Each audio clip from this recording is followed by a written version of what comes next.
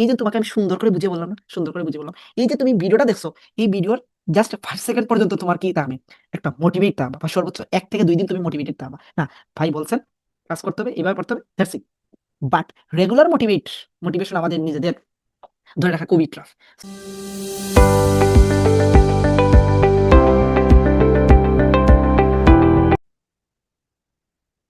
Hello, second March 26 or গুচ্ছ এই March 26 এর শিক্ষার্থী বন্ধুরা, hopefully you are well.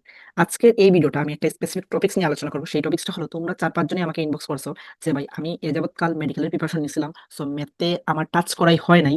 So এখন থেকে যদি আমি ম্যাথ শুরু করি, এখন থেকে রাইট নাও, আজকে হচ্ছে 10ই ফেব্রুয়ারি, তো 10ই ফেব্রুয়ারি থেকে যদি আমি ম্যাথটা টাচ করা শুরু করি, তাহলে কি গুচ্ছ প্লাস সেকের ক্ষেত্রে আমি ম্যাথ ওভারকাম করতে পারবো কি না? ঠিক আছে, বা আমার করণীয় কি, মানে ম্যাথে আমি ভালো করার জন্য আমার করণীয়টা কি? ঠিক আছে। সো এই স্পেসিফিক বিষয়ে আমি তোমাদের আজকে এই ভিডিওটা তৈরি করছি আরকি। প্রথমত দেখো, আমি সেকের কথায় না আসি, আমি ধরলাম জিএসটির কথায়। জিএসটির পরে কিন্তু সেকের এক্সামটা হবে, এতটুকু আইডিয়া রাখো। তাহলে জিএসটির পরীক্ষা কবে ভাইয়া? জিএসটির পরীক্ষা হচ্ছে আমাদের 10ই এপ্রিল। দ্যাটস ওয়াই তোমার হাতে 2 মাসের মতো সময় আছে, 2 মাস। ওকে, তো এই 2 মাসের মধ্যে তুমি যদি মেডিকেল প্রিপারেশন নিয়ে থাকো, তাহলে ভাই তোমার কি কমপ্লিট? তোমার কেমিস্ট্রিটা কমপ্লিট। এইটা তো এটলিস্ট তুমি স্বীকার করবে যে তোমার কেমিস্ট্রিটা কমপ্লিট। তারপরে কি তোমার ফিজিক্সের যে বেসিক যে থিওরি বা বেসিক যে ম্যাথ, এইগুলো তোমার কমপ্লিট মোটামুটি। এখন আসি ম্যাথের বিষয়, গণিতের বিষয়। গণিত তুমি কি করবা? এখন দেখো, তুমি মেডিকেল প্রিপারেশন নিছো, ওকে ফাইন, এটা নিয়ে আমার কোনো মাথা ব্যথা নেই। মেডিকেলের জন্য যে 2-3 মাস তুমি সময়টা পাইছিলা, ওই সময়টার জন্য তুমি ম্যাথ টাচ করো নাই, দ্যাটস ফাইন। বাট এইচএসসির জন্য তুমি 1.5 বছরের মতো সময় পাইছো। মানে, আর যারা সেকেন্ড টাইমে আসো তারা তো অনেক সময় পাইছো। তো এইচএসসির মানে 1.5 বছরের মতো একটা টাইম পাইছো, ওই টাইম পিরিয়ডে তো তুমি স্পেসিফিক 4-5টা অধ্যায় তো তোমার আয়ত্তে আছে ম্যাথের। যদি আমি বলি যেমন ম্যাট্রিক্স নিই না, সবাই পারার কথা ভাই।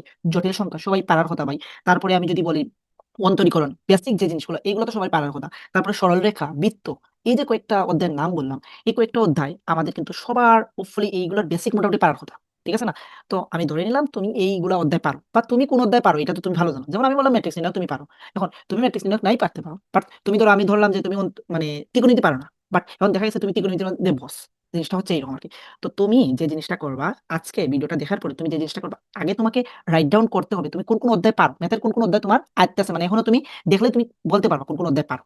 তো তুমি খাতার মধ্যে সুন্দর করে নোটটা করে নিবা যে আমি ওই অধ্যায়গুলো পারি। তো এখন যে জিনিসটা করবা, তুমি যে অধ্যায়গুলো পারো, ওই অধ্যায়ের ভার্সিটি ক। এখন বলবা যে ভার্সিটি ক বলতে কোন ভার্সিটি কটা আমি প্রেফার করবো, বা কোন ভার্সিটি কটা আমি পড়বো। তো আমি বলবো যে উদ্ভাসের ভার্সিটি কটাই পড়ো। কারণ উদ্ভাসের তুমি যদি ভার্সিটি ক এর প্রশ্ন ব্যাংকটা খুলো, খোলার প্রথমেই দেবা যে অধ্যায় তুমি শুরু করো না কেন, সেটা ফিজিক্সের ক্ষেত্রেই হোক, সেটা কেমিস্ট্রির ক্ষেত্রেই হোক, সেটা ম্যাথের ক্ষেত্রেই হোক, দেবা যে প্রথমে সূচিপত্রর মধ্যে প্রত্যেকটা অধ্যায়ের একটা টপিক্স দিয়ে দেবে। ওই টপিক্সে লেখা থাকে যে ওই টপিক্সের ম্যাথ কোন কোন ইউনিভার্সিটিতে আসছে, কয়বার আসছে, এইগুলো লেখা থাকে।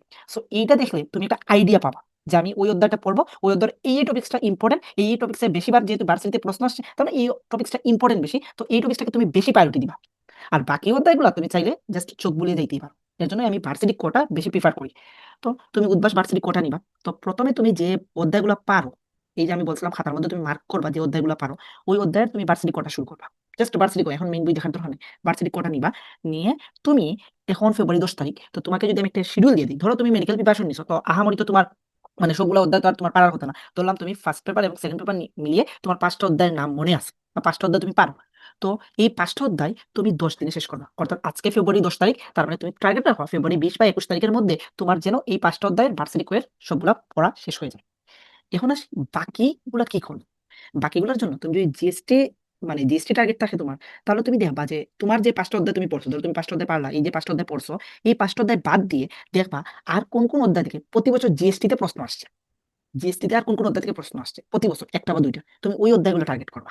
ওই অধ্যায়গুলো টার্গেট করবা। বা সেক্ষেত্রে তুমি দেখতে পারো যে 2020-21, বা ধরো 2022-23, 23-24 বা 24-25, এই তিনটার প্রশ্ন কিন্তু আমাদের টেলিগ্রাম চ্যানেলে দেওয়া আছে। ঠিক আছে, সো টেলিগ্রাম চ্যানেলের লিঙ্কটাও দেওয়া, তাই মানে ইয়েতে ফার্স্ট কমেন্টে পেয়ে যাবা।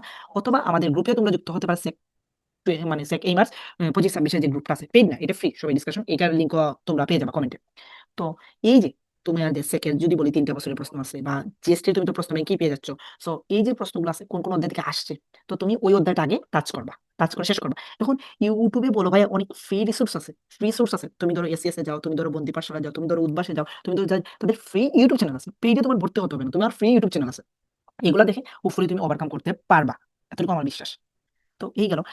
তো এই যে প্যাটার্নটা, এই প্যাটার্নটা তুমি যদি মেনে চলতে পারো, হোপফুলি যে 2 মাস আছে, এই 2 মাস অবভিয়াসলি ওভারকাম করা পসিবল। এখন তুমি যেহেতু মেডিকেল প্রিপারেশন নিছো ভাই, তোমার কেমিস্ট্রি তোমার চর্চা আছে, তোমার ইংরেজিতে চর্চা আছে, তার মানে তোমার 40 মার্ক তোমার অধীনে আছে। আর কি আছে ভাইয়া? তোমার ফিজিক্সে ধরলাম তোমার 50% আছে। আর ম্যাথে ধরলাম আমি তোমার 30% সেকের হিসাবে যদি বলি। তাহলে ম্যাথে তোমার 30%, ওকে 30 টা প্রশ্ন থাকে, তাহলে 30 টা প্রশ্নে 30% যা হয় তা। তারপরে তোমার ফিজিক্স, ওকে তার মানে 30 টা প্রশ্নে 30% এ তুমি ম্যাথে 9-10 পেয়ে যাচ্ছ। আরো বেশিই পাবা। সেকে আরো বেশিই পাবা। তুমি যদি এই যে আমি যে কথাগুলো বলছি, এই কথাগুলো তুমি যদি মেনে চলো সেকে আরো বেশি পাবা। তারপরে ফিজিক্সে তোমার 30 টার মধ্যে ধরো আরো তুমি 15 টার মতো পারলা বা 15-20 টা পারলা। তারপরে তুমি কেমিস্ট্রির মধ্যে এইখানে তোমার যেহেতু তুমি মেডিকেল প্রিপারেশন নিছো, তার মানে কেমিস্ট্রি 20 টার মধ্যে তোমার 50 প্লাস মানে 15 প্লাস থাকা উচিত। তারপরে ইংরেজি যেহেতু তুমি মেডিকেল প্রিপারেশন নিছো প্লাস ইংরেজির মধ্যে অপশন আছে, তার মানে তোমার এখানে আরো 20 টার মধ্যে তোমার 15-16টা থাকা উচিত। তাহলে এই যে প্যাটার্ন গুলো বললাম, এইগুলা তুমি যদি মানে ইয়ে করতে পারো, তাহলে চেক তো তোমার কাছে দুধ ভাত। ঠিক আছে? তো এই জিনিসটা এখন অনেকেই বলতে পারো, মানে যারা মেডিকেল প্রিপারেশন না বা যারা ইচ্ছুক, তোমরা বলতে পারো যে ভাই এই যে আপনি যে সেকে মার্চ 26 কোর্সটা রাখছেন এখানে কোর্স ফি দিয়ে, সো এই কোর্সটা কি জন্য আমি এনরোল করবো? দেখো এই কোর্সটা এনরোল, এই যে তোমাকে আমি সুন্দর করে বুঝিয়ে বললাম না, সুন্দর করে বুঝিয়ে বললাম, এই যে তুমি ভিডিওটা দেখছো, এই ভিডিওর জাস্ট 5 সেকেন্ড পর্যন্ত তোমার কি থাকবে? একটা মোটিভেট থাকবে, বা সর্বোচ্চ 1 থেকে 2 দিন তুমি মোটিভেটেড থাকবা না, ভাই বলছেন কাজ করতে হবে, এভাবে করতে হবে, that's it. But regular motivation আমাদের নিজেদের ধরে রাখা খুবই টাফ, ধরে রাখা খুবই টাফ। সো এজন্যই এই ধরনের কোর্সগুলো আর কি। এই কোর্সে যদি তুমি দেখো, দেখো কোর্সে একটা রুটিন দেওয়া হয়, যেমন ইলেকশনের আগে যে রুটিনটা 10টা পরীক্ষা, 10টা এক্সাম শেষ হয়ে গেছে, মানে ক্লাস শেষ হয়ে গেছে, তো কোর্সের একটা রুটিন দেওয়া হয়। তারপর ওই রুটিন অনুযায়ী পরীক্ষা নেওয়া হয়, পরীক্ষাগুলো নেওয়া হয় উইদাউট অপশনে। তো উইদাউট অপশনে তুমি যদি পারো, তাহলে অপশন দিলে তো আরো আগে পারবা। এই জন্যই আর কি উইদাউট অপশনে নেওয়া হয়, এবং কোর্সটা তোমার গুচ্ছ বলো বা সেক বলো, দুইটার জন্য বেনিফিট আর কি। তো এই হচ্ছে আর কি ব্যাপার। তো এই যে রেগুলার একটা রুটিন ফলো করে তুমি পরীক্ষা দিচ্ছ, তারপরে তুমি ক্লাসগুলো তোমার যদি প্রয়োজন হয় তুমি ক্লাস করতে পারছো, বা তুমি একটা নির্দিষ্ট একটা রুটিন মাফিক চলতে পারছো। বাট নিজে নিজে আবার একটা রুটিন তৈরি করছো, একদিন শেষ হয়েছে রুটিনটা আবার চেঞ্জ হবে, আরেকদিন গেছে আরেকটা রুটিন তৈরি করবো, আবার চেঞ্জ হবে। এইগুলোই হয় অ্যাকচুয়ালি। আমরা তো স্টুডেন্ট, আমি নিজেও তো স্টুডেন্ট, 4th ইয়ারে পড়ি, এইভাবে ডেইলি রুটিন তৈরি করি, রুটিনগুলো চেঞ্জ করি। বাট কেউ যদি একজন প্রেশার ক্রিয়েট করে, বা কেউ যদি একজন গাইড দেয়, তাহলে হয়তো বা উনার কথা মতো ডেইলি যদি একটা মেসেজ দেয় যে এই কালকে তোমাদের এই পরীক্ষাটা আছে, আজকে তোমাদের এই জিনিসটা পড়তে হবে, এগুলো যদি আমাকে মনে করিয়ে দেয়, তাইলেও অ্যাটলিস্ট নিজেরা তো মোটিভেটেড হচ্ছেই, তাইলে এই কথাটা শুনে আরেকটু স্পিড বেড়ে যাবে। বা তুমি দেখবা যে আমাদের কোর্সে অনেকেই 4-5 জনে নোট শেয়ার করে। এই জিনিসটা তোমার যদি মানে ফুল মানে টার্গেটই থাকে না, আমাকে গুচ্ছ একটা সিট পাইতেই হবে বা সেকে একটা সিট পাইতেই হবে, তাহলে ওই যে 5-6 জনে যে নোটটা সাবমিট করে ওই নোটগুলা, তখন তোমারও মনের মধ্যে একটা স্পিয়া যাবে, আচ্ছা যেহেতু ভাই একটা নোট কন্টেস্ট রাখছেন, সো নোটটা সাবমিট করি, যদি ইসলাম আমি পাই। আর আমি বলছি যারা নোট কন্টেস্ট পার্টিসিপেট করবা সবাইকে আমি ফ্রি ফিজিক্স কোয়েকশন ব্যাংক দিব, আমাদের পেইডের, ফুল ফ্রি। ফ্রি বলতে পেইডের মধ্যে যারা নোট সাবমিট করবে আর কি, এই যে সেকে মার্চ 26 নোট দিয়ে পার্টিসিপেট, এটা পাবা। ওকে, তো এই হচ্ছে আর কি ব্যাপার। তো হোপফুলি এখন তুমি যদি মেডিকেল প্রিপারেশন নিয়ে থাকো, তাহলে আর 8-10 সময় নষ্ট না করে এখন থেকে, মানে আজকে থেকে তোমার টার্গেট রেখে তুমি প্রস্তুতিটা চালিয়ে যাও, যেভাবে বলছে এইভাবে চালিয়ে যাও। হোপফুলি সৃষ্টিকর্তার সহায় থাকলে এবং তোমার পরিশ্রম যদি পারফেক্টলি থাকে, তাহলে তোমার চান্স নিশ্চিত হবে। আর যদি কোনো প্রশ্ন থেকে থাকে অবভিয়াসলি কমেন্ট করতে পারো।